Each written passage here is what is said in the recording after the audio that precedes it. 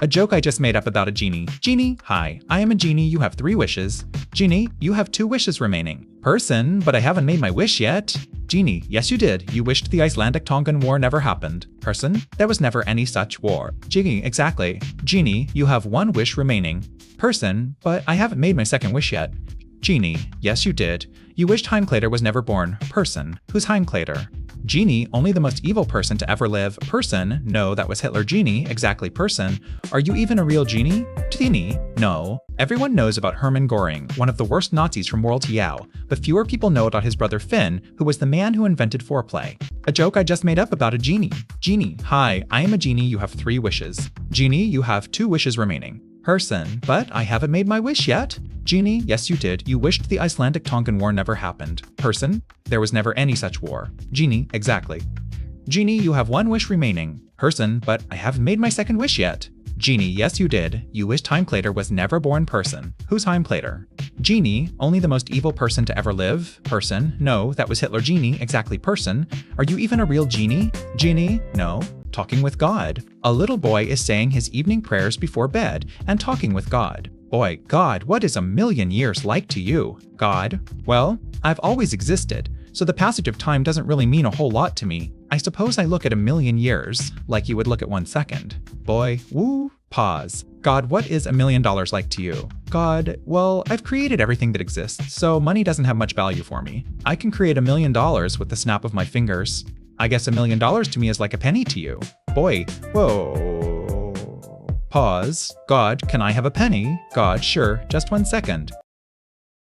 Mnemonic device. For remembering, the Great Lakes lovely. Lisa likes licking lettuce. Lake Michigan, Lake Huron, Lake Superior, Lake Ontario, Lake Erie. Little Johnny's Great Escape. The kitchen table was buried under a stack of final notices when Little Johnny made his request. Dad, he began, his voice filled with birthday hope. For my birthday, can I please have that new bicycle? It's only $200. His father put his head in his hands. The lines of stress on his forehead seemed to deepen. Johnny, son, he sighed, you see all these papers? That's an $80,000 mortgage on this house, and the company just let me go. There is no $200 bicycle this year. We're lucky there's a birthday cake. 3 days later, his father saw little Johnny trudging down the driveway, dragging a battered old suitcase nearly as big as he was. Johnny, his father called out, running to the door. What in the world are you doing? Where are you going with all your things? The boy stopped and turned, his face a mask of grim determination. I heard you and Mom this morning, he stated flatly. I was walking past your bedroom and I heard you tell her you were pulling out. Then Mom said, no, wait for me, I'm coming too. Johnny hefted his suitcase with newfound resolve. Well, I'll be darned if I'm getting stuck here all by myself with an $80,000 mortgage. Everyone knows about Hermann Göring, one of the worst Nazis from way WAD, but fewer people know about his brother Finn, who was the man who invented foreplay. 3 men find a magical slide. The slide creates anything from thin air if you yell what it is as you go down. The first man goes down the slide and yells, money! And millions of gold coins and banknotes suddenly rain down from the sky onto him. The second man goes down the slide, he yells, gold! And tons of gold nuggets materialize and fall down onto him. The third man goes down the slide and says, whee! A man is stranded on an island with only a Doberman and a pig for company. A man is stranded on an island with only a Doberman and a pig for company. There's plenty of food and water, and the weather is beautiful, so he's doing all right, but after a few months he gets lonely. The pig starts to look more and more attractive, soft, pink flesh, round buttocks, but every time this poor guy makes an advance towards the pig, the Doberman snarls at him and once almost bit his leg. Every time. Very frustrating. One day, the man sees a speck approaching the island, so he swims out and it turns out to be a dinghy, cast adrift, and in the bottom of the boat is a beautiful woman, unconscious. He drags her to shore and brings her into his hut and slowly nurses her back health. She is phenomenally beautiful. Finally, she is restored to health and she says to him, thank you for saving my life. I don't know how I can ever repay you. I'll do anything for you. Anything. Just name it. The guy thinks for a minute and says, would you mind taking my dog for a walk?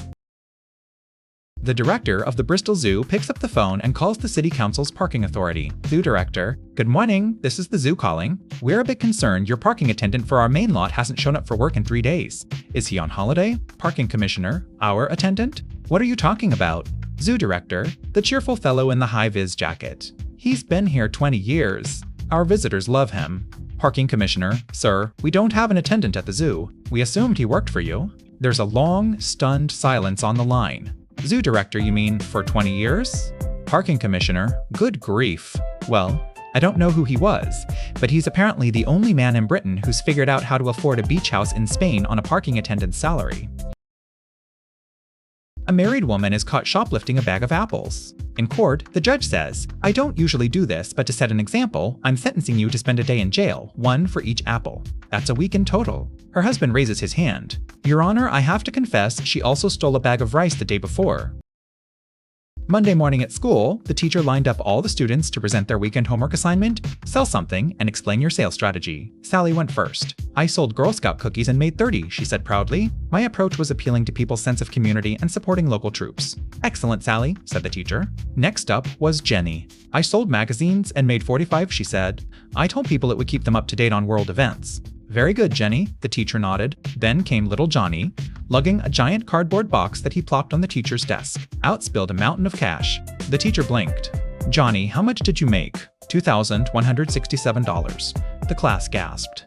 "What were you selling?" "Toothbrushes." The teacher blinked again. "Toothbrushes? How on earth did you sell that many?" Johnny grinned. "At first, I couldn't sell a single one. Nobody cared about toothbrushes. So I changed my strategy. I set up a free chips and dip stand downtown during the lunch rush. Everyone who came by tried the dip." He paused. "And every single person said the same thing. 'Ew, this tastes like dog crap.'" Johnny nodded. "It is," I told them. "Now, would you like to buy a toothbrush?" The class erupted in laughter. The teacher, barely keeping a straight face, said, "Johnny, that's disgusting." "But oddly impressive. What do you call that sales strategy?" Johnny shrugged. "The government method, give people something crappy for free, then make them pay to fix it. Take Your Kid to Work Day didn't go as planned. I had been looking forward to Take Your Kid to Work Day for weeks. My 8-year-old daughter was finally old enough to see where her dad went every day. I pictured her being impressed by the office, the computers, and maybe even sitting in my big chair. As we walked through the glass doors into the quiet, fluorescent-lit office, the gentle hum of printers and the soft clicking of keyboards filled the air. My colleagues, a perfectly normal group of accountants and project managers in their cubicles, looked up and offered warm, welcoming smiles. But instead of curiosity or excitement, my daughter's face instantly crumpled. Her bottom lip trembled, and before I could kneel down, she was crying big, heaving sobs that echoed in the suddenly silent room. A small crowd of concerned coworkers quickly gathered around us. "What's wrong, sweetie?" one of them asked gently. "Are you hurt?" I crouched down, holding her small shoulders. "Honey, what is it? What's the matter?" She wiped her tears with the back of her hand, looked around the room of perfectly ordinary office workers, and asked in a voice cracking with profound disappointment, "Daddy, where are all the clowns you said you worked with?"